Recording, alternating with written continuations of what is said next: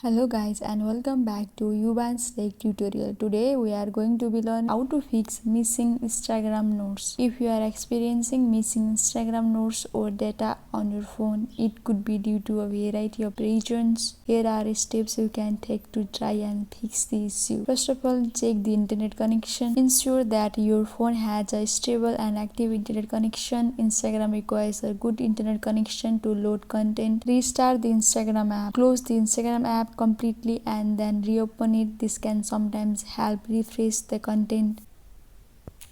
Clear Instagram cache. For that, open up phone setting. After that, scroll down and tap on apps. In apps, you can see here manage apps. Tap on it and search for Instagram. Tap on it and tap on storage. In the bottom, you can see here clear data. Tap on it. From pop-up, tap on clear all data and clear cache and update the Instagram app. For that, open up Google Play Store and search for Instagram. If any update option is available, then tap on update. Make sure you have the latest version of the Instagram app installed on your phone. Outdated versions may have bugs or compatibility issues. If none of the above steps work, you can try uninstalling the app and then reinstalling it from the Google Play Store.